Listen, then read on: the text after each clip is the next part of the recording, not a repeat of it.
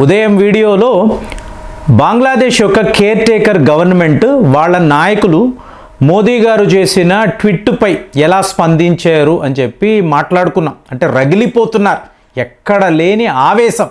కానీ నిజాలు ఉన్నాయా? లేవు, జస్ట్ ఆవేశం మాత్రమే.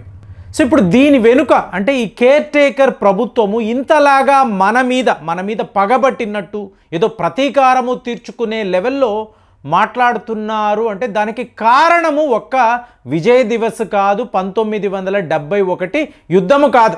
వీళ్ళు ఎవరూ కూడా యుద్ధాల్లో పాలు పంచుకోలేదు, ఇది మనందరికీ తెలుసు. మరి ఎందుకండి ఇంతలాగా అంటే పెద్ద పెద్ద కారణాలు బయటపడుతున్నాయండి. అంటే ఎందుకు వీళ్ళు ఇంత కోపంగా ఉన్నారు మనపై అనడానికి చాలా కారణాలు. ఇందులో భారత్ యొక్క పవర్ ప్లే, మనము ఆడుతున్న ఈ ఆటలో, ఈ చక్ర వ్యూహములో వీళ్ళు పూర్తిగా ఇవాళ ఇరుక్కుపోయి ఉన్నారు. ఇది ఎలా చెప్పాలి అంటే డిసెంబర్ 9వ తారీఖు మన ఫారిన్ సెక్రటరీ విక్రమ్ మిశ్రీ ఈయన ఢాకా వెళ్ళారు అని ఒక 2 వీడియోస్లో మాట్లాడాం. సో ఇప్పుడు వెళ్ళినప్పుడు ఈయన వాళ్ళ ఫారిన్ సెక్రటరీ తౌహీద్ హుసేన్ అంటారు, ఈయనను కలిసి మాట్లాడాడు. ఈయన మాట్లాడుతున్నప్పుడు కొన్ని అతి ముఖ్యమైన విషయాలు అంటే మహమ్మద్ యూనిస్ గారు వాళ్ళ కేర్ టేకర్ ఫారిన్ సెక్రటరీని పిలిచి ఈ విషయాలంతా కూడా భారత్తో మాట్లాడు, సో వాళ్ళతో ఈ ఒప్పందాలు మనకు చాలా ముఖ్యమని చెప్పి ఫీడ్ చేశాడు. సో ఫీడ్ చేసిన తర్వాత ఈ తౌహీద్ హుసేన్ మన విక్రమ్ మిశ్రీ గారిని కలిశారు. కలిసినప్పుడు చాలా ప్రపోజల్స్, ఎందుకంటే పూర్తిగా మనం ఎక్స్పోర్ట్స్ అనేవి ఆపేసామండి. టెక్స్టైల్ మార్కెట్ అయితే కొలాప్స్ అయిపోయింది. ఎందుకు? కాటన్ సరఫరా అనేది ఆగిపోయింది. పవర్ సప్లై అనండి, కాటన్ అనండి, బియ్యము, బంగాళదుంపలు, ఉల్లిపాయలు అంటే దినసరి సరుకులను మనము బంగ్లాదేశ్ పంపించడం అనేది ఆపేస్తే ఏమవుతుంది? ప్రజలలో ఎక్కడ లేని ఒక అన్రెస్ట్. సో ఇప్పుడు ఈ విషయంగా వీళ్ళు మాట్లాడినప్పుడు విక్రమ్ మిశ్రీ గారు ఒక అతి ముఖ్యమైన విషయాన్ని వాళ్ళ ఫారిన్ సెక్రటరీకి చెప్తున్నారు.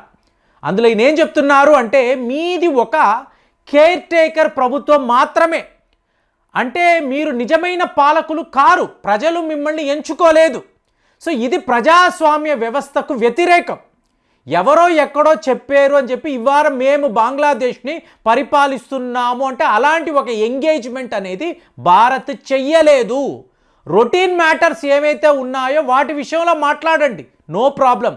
కానీ కీలకమైన నిర్ణయాలు, భారత్ యొక్క ఫారిన్ పాలసీ ఆన్ బంగ్లాదేశ్ మేము ఇవాళ నిర్ణయించలేము. ఎందుకు? ఎన్నికలు లేవు, ఎవరో ఎక్కడో నుంచి వచ్చి బంగ్లాదేశ్ని పరిపాలిస్తున్నాము అంటే మేము ఒప్పుకోము. ఇది మనము క్లియర్గా చెప్పాం. ఇది ఎప్పుడు జరిగింది? డిసెంబర్ 9వ తారీఖు. అదే రోజు మీరు ప్రముఖ పత్రికలు చూడండి, షాక్ ఆఫ్ ద వరల్డ్ మీకు కనిపిస్తుంది. దగ్గర 20 దేశాలండి, అంటే ఢిల్లీ బేస్డ్ ఎంబసీ, అలాగే ఢాకాలో ఉండే విదేశీయ మీకు ఫారిన్ ఎంబసీలు, రాయబార కార్యాలయాలు.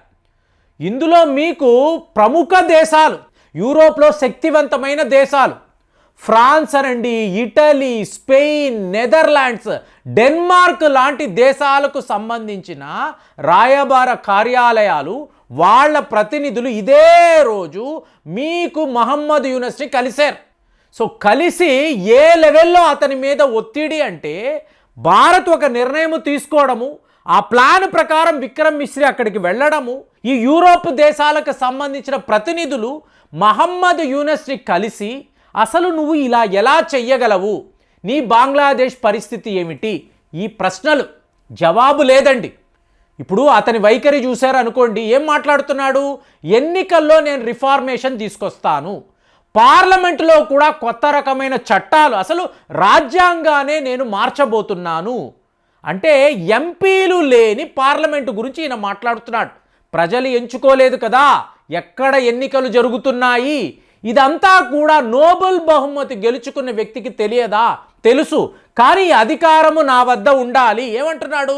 నేను ఎన్నికలు పెడతానండి, Bangladesh Nationalist party, Awami party, వీళ్ళు ఇద్దరు లేని అంటే మైనస్ ఈ 2 పార్టీలు మనము ఎన్నికలు నిర్వహిద్దాము అంటే ప్రజలు ఎంచుకుంటారు, ప్రజలు నిర్ణయిస్తారు. మీరు ఎవరు? ఈ ఫండమెంటల్ విషయాలు ఈయనకి తెలియడం లేదు. సో ఇవాళ భారత్ యొక్క క్యాంపెయిన్ గమనించారండి, దీన్నే నేను చక్ర వ్యూహము అంటున్నాను. ఫస్ట్ విషయం మనం ఏం మాట్లాడుతున్నాము అంటే మీకు అక్కడ డెమోక్రసీ కూని అయ్యింది.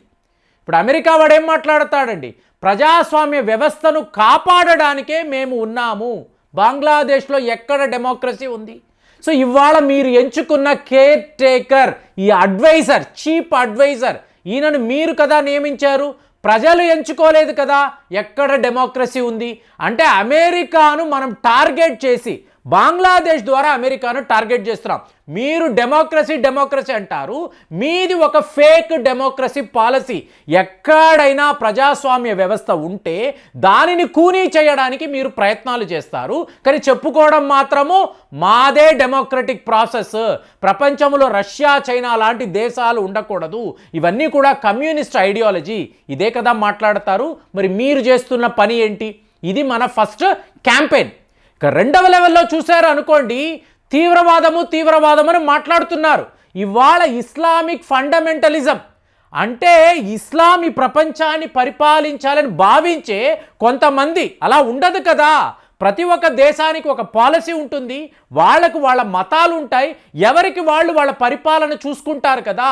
అలా కాదు అని మాట్లాడేవాళ్ళు, తీవ్రవాదానికి ఆశ్రయం ఇచ్చేవాళ్ళు పాకిస్తాన్, అలాంటి ఒక దేశం ఇవాళ బంగ్లాదేశ్గా మారుతుంది.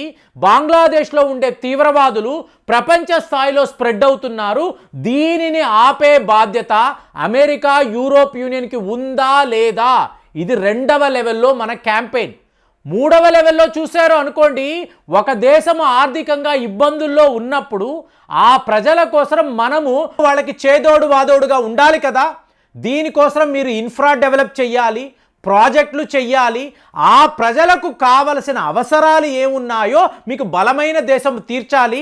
ఇదే కదా G20లో మాట్లాడాము. సో బలహీనమైన దేశాలు ఆ ప్రజలను ఆదుకునే బాధ్యత మనకు ఉంటుంది కదా, ఎక్కడ మనము చేస్తున్నాము? సో ఇలాగా ఒక స్టెబిలిటీ లేని తీవ్రవాదులు తిరుగుతున్న బంగ్లాదేశ్ దేశము, దాని విషయంలో మనం ఏం చెయ్యాలి? ఖచ్చితంగా ఎన్నికలు పెట్టాలి, అక్కడ ఒక డెమోక్రటిక్ ప్రాసెస్ ఉండాలి. అది మహమ్మద్ యూనస్ చెయ్యడము లేదు. ఇంత పెద్ద క్యాంపెయిన్ మనము చాప కింద నీరులాగా అటు అమెరికాను టార్గెట్ చేస్తున్నాము, ఇటు యూరోప్ యూనియన్ని టార్గెట్ చేస్తూ ఇట్లాంటి ఒక క్యాంపెయిన్, ఒక ప్రాపగెండా మనం మొదలు పెట్టడంతో ఇవాళ గతి లేక 20 దేశాల ప్రతినిధులు మహమ్మద్ యూనస్ గడపలోకి వచ్చి అతని ఆఫీస్లో కూర్చొని, ఎప్పుడు నువ్వు ఎన్నికలు పెడతావు? నీ దేశంలో స్టెబిలిటీ లేదు, నువ్వు నీ దేశాన్ని అతలాకుతలము చేస్తున్నావు, పాతాళములోకి తోస్తున్నావు, ఇది కరెక్ట్ కాదని అనడముతో 2025 చివరిలో కానీ 2026 బిగినింగ్లో కానీ బంగ్లాదేశ్లో నేను ఎన్నికలు నిర్వహిస్తాను, సో అంతలో ఈ రిఫార్మేషన్స్ తీసుకురావడానికి ప్రయత్నాలు చేస్తాను అని చెప్పి మహమ్మద్ యూనస్, మన ఒత్తిడి ఎలా ఉందంటే ఇవాళ ఎన్నికల టైం లైన్ అనేది అతను ఇవ్వగలిగాడు. దానికి ముందు రోజు చూశారనుకోండి, ఇలాంటిది ఏమీ లేదండి, ఎలక్షన్స్కి టైం లైన్ లేదు, నాకు ఎప్పుడు అనిపిస్తే అప్పుడే ప్రకటిస్తాను, ఇవన్నీ మాట్లాడాడు. కానీ విక్రమ్ మిస్త్రీ లాంటి ఒక ఫారిన్ సెక్రటరీ దాకా వెళ్ళడము, దాని ఇంపాక్ట్ అదే, దీన్నే నేను పవర్ ప్లే అంటాను. భారత్ ఒక మాట అనడము, మేము మీతో ఎటువంటి ఎంగేజ్మెంట్ చెయ్యమని అనడము, ఇమీడియట్గా ప్రపంచ దేశాలంతా కూడా స్పందించడము. సో దీనినే మనం ఏమంటాము? స్ట్రాటజీ, చాణక్య నీతి అంటాం. ఎక్కడా కూడా మనం ఏమీ మాట్లాడకుండా ఏ మూలలో ఎవరికి చెక్కు పెడితే వాళ్ళు దారిలోకి వస్తారో మనకి బాగా తెలుసు. వచ్చే వీడియోలో కూడా జయశంకర్ గారు సరిగ్గా ఇలాంటి ఒక వ్యూహాన్నే ఆయన కూడా రచించాడు. సో అందులో భారత్ యొక్క రోల్ ఎలా ఉందో ఒక్కసారి చూద్దాం. మరి ఈ వీడియో పట్ల మీ స్పందన ఎలా ఉంది కామెంట్స్లో తెలియజేయండి. మళ్ళీ వచ్చే వీడియోలో కలుద్దాం. జై హింద్.